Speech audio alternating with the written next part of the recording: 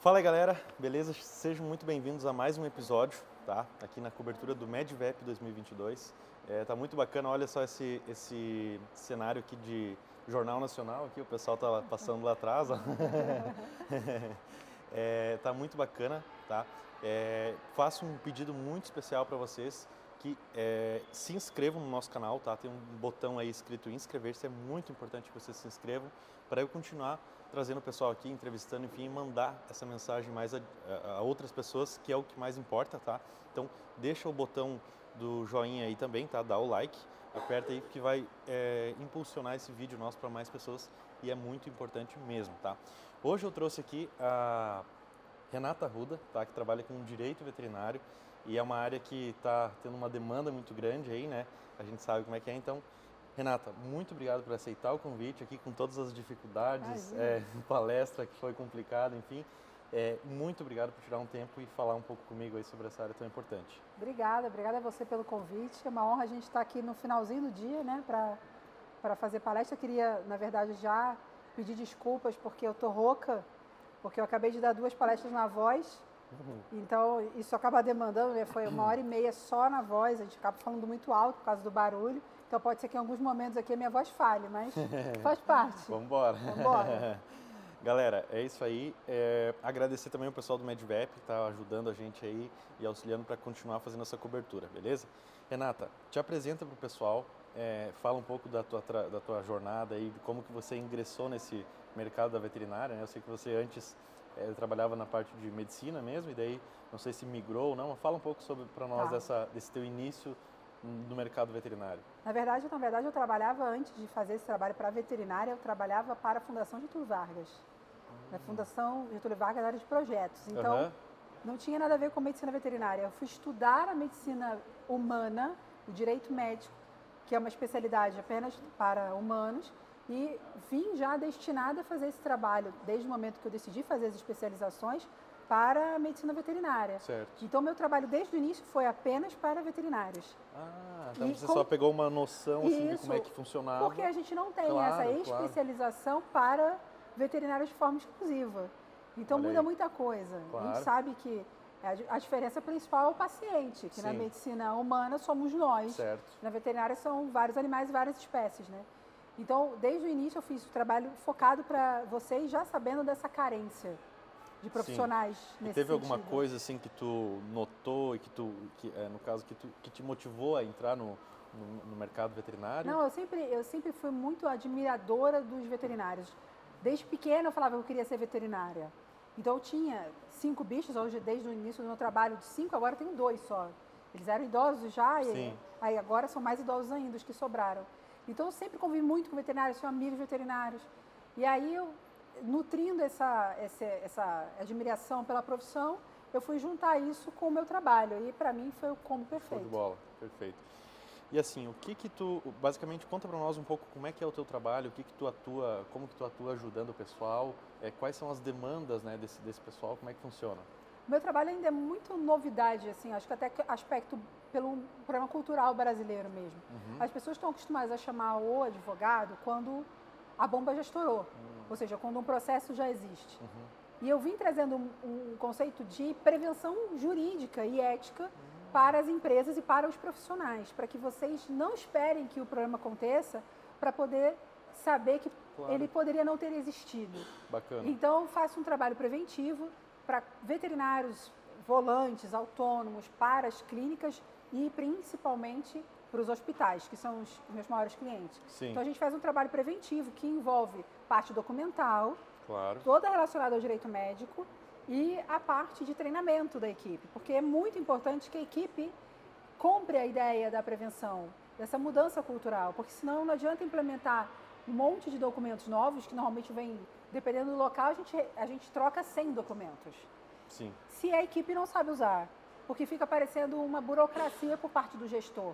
E quando eles conseguem absorver esse treinamento de uma forma bastante didática, participativa, interativa, essa mudança vira na própria cabeça do profissional. Claro. E fica muito melhor o atendimento que ele presta para o cliente. Com certeza, com certeza. E aí, então, a ideia, no caso, o ideal é que a gente, como veterinário, tem alguém que preste esse serviço de direito veterinário que já esteja mais assim, familiarizado com os problemas da rotina do veterinário. Porque é muito diferente um trabalho de um especialista como vocês têm na área de vocês, as especialidades a gente também tem na nossa. E alguém que conheça a dor de vocês, conheça a dificuldade de vocês para conseguir evitar que o problema aconteça. Então, a minha rotina ela é muito dinâmica. Então, a cada cliente novo, o meu trabalho também fica com atualizações, né? Seja de documentos, seja de treinamento, porque a gente vai aperfeiçoando a nossa rotina jurídica e ética também. Para quê? Para que vocês não sejam processados. E não é só processo, né? A gente sabe que a gente tem hoje um fenômeno da rede social, que não é nem de hoje, né? Já bem antigo. Sim. Mas que é uma via que o cliente encontra muitas vezes antes do processo. Então, ele vai difamar o que eu considero bem pior e bem mais arriscado, falando em imagem, exposição de imagem para os profissionais. Então, a gente busca também, nesse trabalho preventivo, mostrar para o veterinário que ele pode ficar sujeito a esse tipo de exposição por desconhecer algumas coisas básicas da rotina dele preventiva. Conhecer o código de ética, conhecer regras de dever de informação, o código de defesa do consumidor, sem ensinar lei, porque esse é o objetivo. Não tem que mostrar a lei, tem que fazer ele entender o todo, caso concreto, enfim, bem prático. Sim. Não, isso é uma coisa muito importante porque eu acredito que você tem um dilema, porque tu tem que ter o cuidado, né, para tua exposição, tem um limite assim, né? Mas tu também, por outro lado, tem a ascensão aí das redes sociais, enfim, toda uma vantagem que é positiva de certa forma e usufruir disso, né? É bacana. Então, eu acho que tu tem que equilibrar essa balança, né? Como é que o pessoal consegue saber se, cara, postou uma foto que talvez não pegou bem, daqui a pouco cometeu uma pena, como é que funciona isso? Na verdade, o que eu vejo é um grande desconhecimento ainda a respeito dessa parte de publicidade ética. Porque, sem dúvida nenhuma, isso pode gerar um processo. E, principalmente, um processo de um colega contra você, perante o conselho. Mas há um grande desconhecimento. Teve um post que eu fiz que na época deu muita repercussão, que era sobre o antes e depois, de não poder postar o antes e depois. Eu lembro que todo mundo falou, mas como assim não pode? Exato. Eu falei, gente, não pode, está lá na legislação, embora eu tenha lá minhas restrições sobre uma legislação que já é antiga, que eu acho que tem que se atualizar, ainda continua não podendo. Sim. Não, claro, a gente tem um livro de normas que a gente tem que seguir, né? E a gente tem que seguir, não tem discussão. Não tem discussão. Só que, claro, antes de cometer, no caso, esse equívoco, a gente pode refletir sobre, né? Eu acho que é bacana isso, até tu comentou agora, dessa questão de talvez se atualizar, porque a gente tem uma realidade, acho que, cara, totalmente diferente hoje do que era, sei lá, 10 anos atrás. Exatamente. Né? Então, a gente também não pode fazer isso, não pode fazer nada. Eu acho que também não seja... Exatamente, não é a saída, né? Não é a saída. Como é que é perante a outras profissões? Claro que a gente está conversando aí sobre a área da saúde, então tem que ser um limite, eu acho que eu concordo com isso totalmente, mas eu acho que esse lado de conseguir usar das ferramentas que a gente tem disponível da melhor forma possível. Eu acho que essa é a minha maior dúvida, assim, sabe? Como estudante... É muito difícil. É conseguir fazer isso sem cometer falta, entendeu? Mas eu quero usar das redes sociais, eu quero produzir, mostrar os resultados, quero fazer isso. Só que é aquela coisa, sem pular a barreira, né? Sem infringir norma ética. Exato. Se você for comparar com a medicina humana, na medicina humana não há permissão para que o médico poste resultado nem foto do paciente. Aí eu vou falar, mas Renata, eu vejo isso direto. Pois é. Mas não pode. Então a analogia, muitas vezes, que vocês trazem na medicina humana, ela está errada. Então vocês vêm com uma conduta errada de um médico humano, falando, mas você pode ir lá, eu posso que não, mas ele está fazendo de maneira antiética. Não pode. Na odontologia, isso já está permitido, meio que mitigada essa proibição, mas ainda tem uma limitação, mas é muito recente. E a gente não tem ainda isso ainda regulamentado na medicina veterinária, no sentido de permitir. A resolução que veda isso é de 2004, salvo engano. Então é muito antigo. A gente tem um mundo que mudou, a pandemia, então, que estourou essa questão toda do mundo digital. Então, acho que é um ponto que a gente está trabalhando, inclusive, com grandes entidades aí, num grupo, para tentar trazer uma nova resolução de publicidade para que a gente torne isso menos rígido, Certo. porque senão ficamos Sim. com vários profissionais infringindo resoluções diariamente. Sim, E é isso que a gente vê. Então tem que encontrar aí o equilíbrio. Nem tanto sangue na tela, né?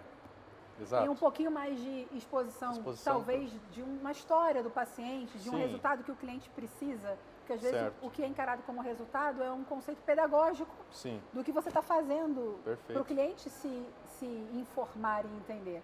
Mas ainda não podemos. Sim. Ainda não podemos. Eu vou fazer uma pergunta agora que vai parecer um pouco idiota, mas eu acho que não é tão idiota. Não. Por quê?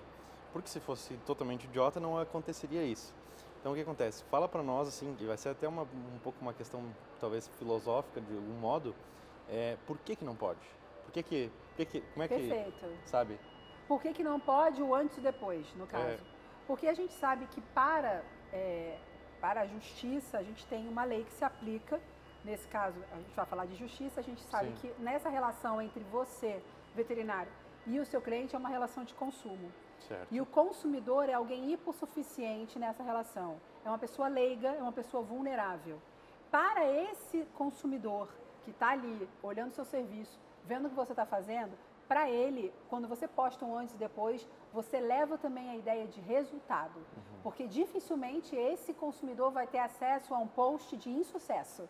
Sim. A gente só vê na rede social um padrão de sucesso. Claro. Então, leva a crer, quando a gente vê posts reiterados nesse sentido, que não existe um outro lado, não existe a complicação, a intercorrência, o óbito, só acontece o sucesso. E isso gera uma interpretação errônea para nós consumidores. E o paciente deveria ser alguém preservado disso também. A medicina veterinária, então, por vários motivos, a medicina humana também, há um conceito de que essa imagem do paciente não pode ser exposta. Não pode ser colocada para você angariar cliente, para você conseguir fazer um post que muitos julgam como sensacionalistas, promocionais. Claro. Então há um conceito todo envolvido, principalmente tem toda também uma discussão dessa questão do resultado que é ofertado aí antes e depois. Sim, e é muito visto, né? Exatamente. Muito visto. Agrada, né? Pois é. Então a questão é mais da consciência, do conhecimento de quem está do outro lado, né? Porque muitas vezes não vai ser todo mundo que tem aquela informação. Exatamente. E agora, seguindo bem nessa linha de todo mundo tem informação, né?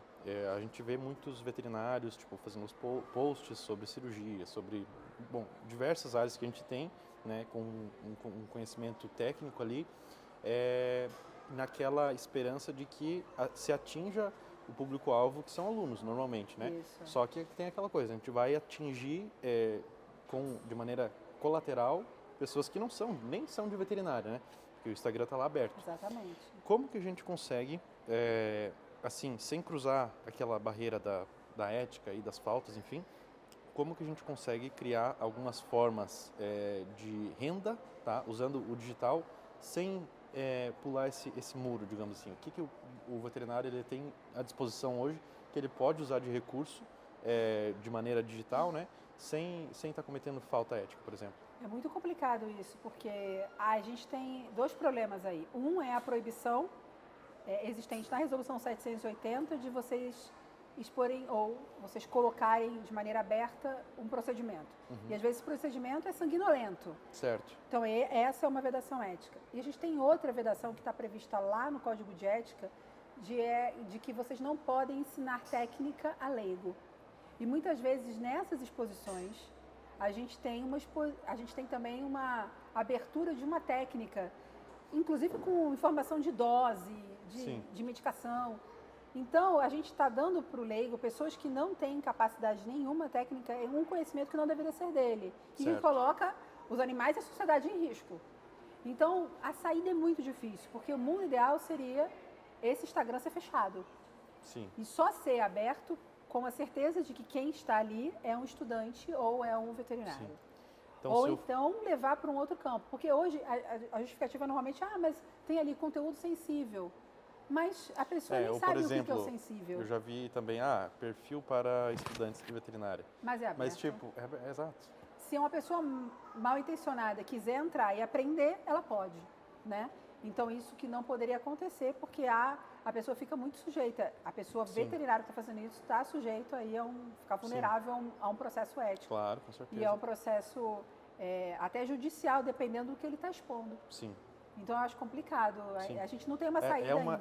É um dilema, né? Uma discussão bem difícil, porque, por exemplo, se a pessoa está com a vontade de causar o mal, de fazer uma coisa que não era devida, por exemplo, ela pode comprar um livro sobre a técnica e tentar fazer. Pode. Né?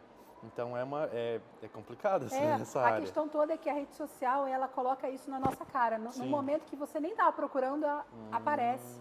Né? Então claro. aparece para mim também. Então aumenta a chance de Aumenta muito mais a chance, porque hoje tudo é rede social. Claro, a gente acessa currículo na rede social. Certo. Dificilmente uma pessoa vai lá e vai comprar isso. Sim. Mas se ela for clicar e buscar na rede social, qualquer uma, ele vai encontrar isso com maior facilidade, ainda mais com vídeos, né? Com certeza. Com o livro dificulta um pouco. Concordo contigo. Assim, tu fez o caminho do direito para a parte veterinária. O que tu acha do caminho inverso? E aproveitando o gancho, se tem espaço, porque eu acredito que não tem muitos profissionais na tua área do direito, né? E tu deve estar que não consegue dar conta de tanta coisa, eu imagino, porque não tem muitos, né?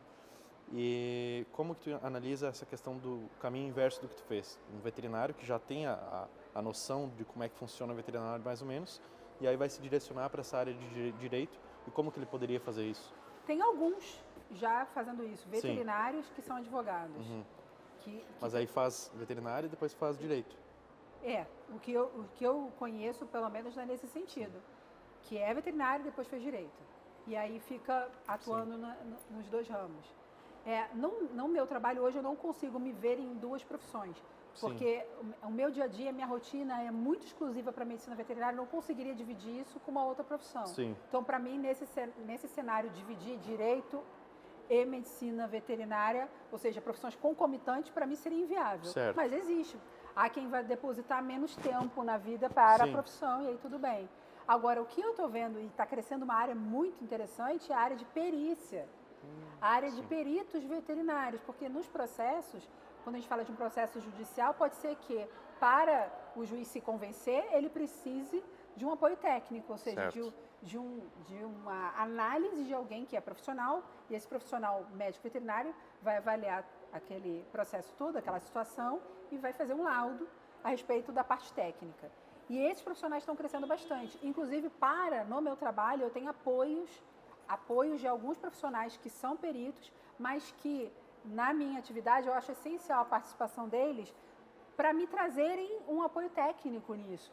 Porque eu tenho uma grande limitação, eu não sou veterinária. Sim. Então, quando eles vêm agregando na minha defesa, seja com uma avaliação informal, ou seja, com um parecer formal para a gente anexar numa defesa, eu acho que a gente ganha bastante. Tanto o meu cliente quanto eu. Certo. Então, acho que é uma área em crescimento. Você não precisa ser advogado, você precisa buscar profissionais da perícia, fazer cursos, pós-graduação. Que é uma área que tem empregado bem também, né? Eu ouço o pessoal comentar. Então, hoje a gente teve aqui no Congresso, aqui no Medivep, profissionais nesse sentido, da Associação Brasileira de Medicina Veterinária Legal. Então, eu vejo essa área crescer. Por quê? Porque a gente está vendo a demanda contra profissionais crescerem também. Então, essa demanda crescendo, obviamente, esses profissionais vão ser cada vez mais necessários. Certo, com certeza.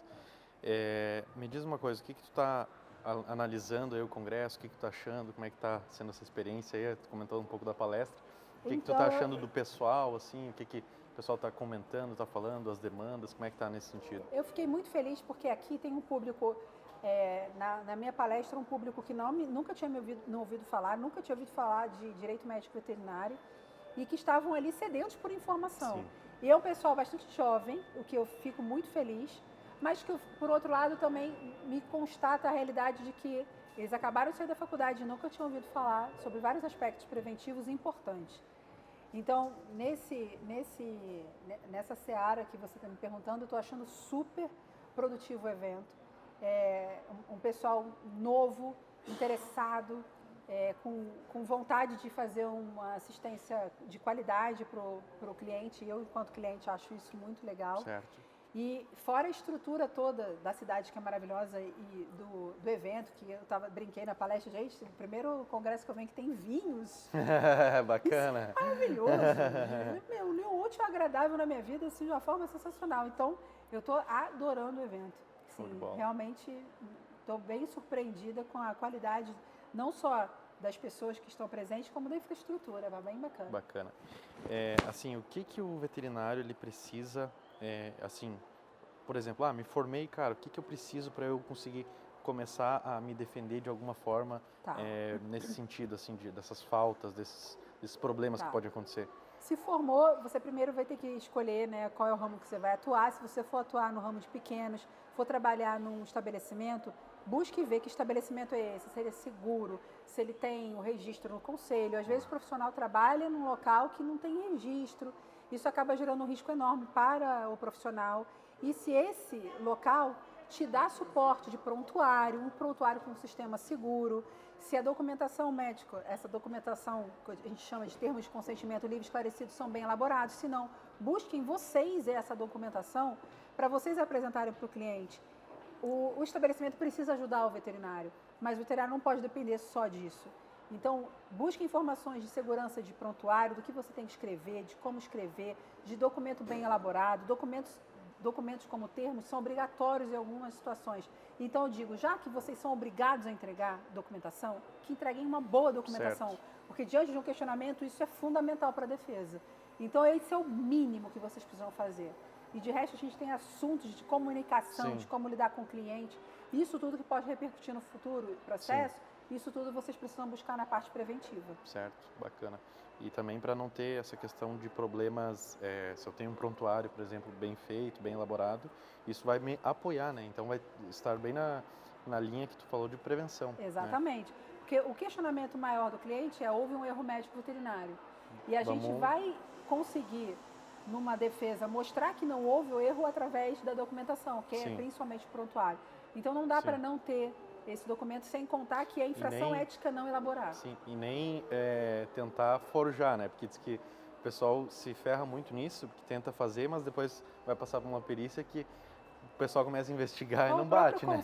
O próprio conselho muitas vezes consegue identificar quando há fraude nesse preenchimento. Por isso que cada vez mais nos processos hoje, os clientes colocam um pedido de nulidade do prontuário porque ele foi fraudado, houve preenchimento posterior. Então é interessante que vocês saibam que o preenchimento tem que ser concomitante ao atendimento, o ideal, esse mundo ideal, e que vocês têm que buscar um sistema seguro, um sistema que permita que a sua edição seja visualizada, para a gente poder ter essa segurança no dia a dia, na rotina, para poder argumentar ou contra-argumentar uma alegação nesse sentido. Sim, certo.